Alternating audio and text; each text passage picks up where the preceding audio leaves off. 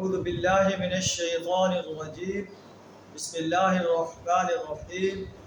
الحمد للہ الذی خلق السماوات والارض وجعل الظلمات والنور ثم الذین کفروا بربهم يعدلون هو الذی خلقکم من طین ثم قضى اجلا وأجل مسمى عنده ثم أنتم تمترون صدق اللہ العظیم۔ سورہ انعام کے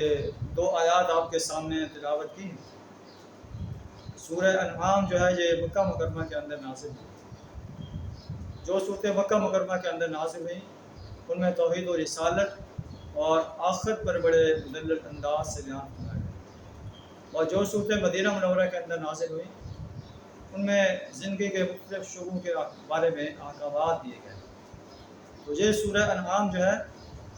مکی دور کے آخر میں نازل ہوئی معلوم ہوتی ہے۔ اس میں اللہ کے رسول صلی اللہ علیہ وسلم کو جو ہے کفار کے سختیوں پر، کفار جو مخالفت کا طوفان برپا کیے ہوئے تھے، آپ صلی اللہ علیہ وسلم اور صحابہ کرام کو تکالیف دے رہے تھے، یہاں تک کہ آپ کو قتل کرنے کے لیے بھی کوشاں تھے، اس کے مشاورت کر رہے تھے۔ اللہ نے فرمایا کہ کتب علی نفسہ الرحمہ، اللہ نے اپنے نفس پر، اپنے آپ پر، اپنی ذات پر رحمت کو لازم کر دیا۔ اے نبی صلی اللہ علیہ وسلم اور آپ کے ساتھیوں، تم پشیمان نہ ہو،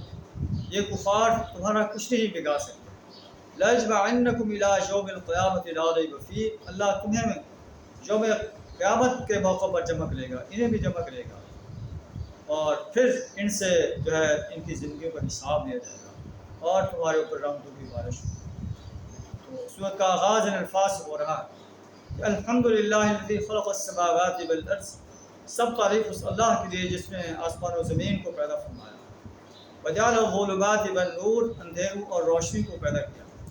ثم الذین کفروا بربهم یعدلون، پھر بھی کافر لوگ اپنے رب کے ساتھ شریک ٹھہرا رہے ہیں، اپنے رب کے ساتھ دوسروں کو اللہ کے برابر قرار دیتے ہیں، حالانکہ ان کا آسمان و زمین کی تخلیق میں کوئی حصہ نہیں۔ والذی خلقکم من طین ثم قضى اجلا، اللہ وہ ہستی ہے جس نے تمہیں گارے سے پیدا فرمایا، مٹی سے پیدا فرمایا، ثم قضى اجلا، پھر تمہاری ایک مدت مقرر کی کہ تم نے اتنا عرصہ جو ہے اس دنیا کے اندر رہنا ہے، پھر تمہیں موت کے آغوش میں جانا ہے۔ وَأَجَلٌ مُّسَمًّى عِندَهُ،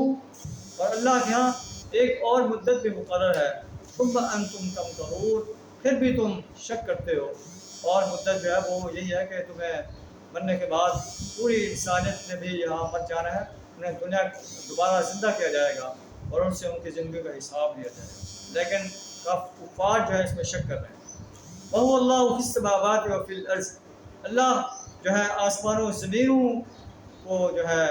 اس میں اللہ آسمانوں کا بھی خدا ہے، زمین کے اندر جو کچھ ہے اس کا بھی جو ہے معبود ہے، آسمانوں میں جو کچھ ہے اس کا بھی معبود ہے۔ یعلم سرکم وجہرکم، تمہاری پوشیدہ باتوں کو بھی جانتا ہے، علانیہ باتوں کو بھی جانتا ہے۔ ویعلم ما تکسبون، اور جو تم کسب کرتے ہو، نیک کام کرتے ہو، برے کام کرتے ہو، ان تمام کو جانتا ہے۔ پھر بھی اللہ کے ان قدرتوں کو جو ہے جاننے کے باوجود بھی جو انسان اللہ کے ساتھ شریک ٹھہراتے ہیں، اللہ فرماتا ہے وہ بدقسمت انسان ہے،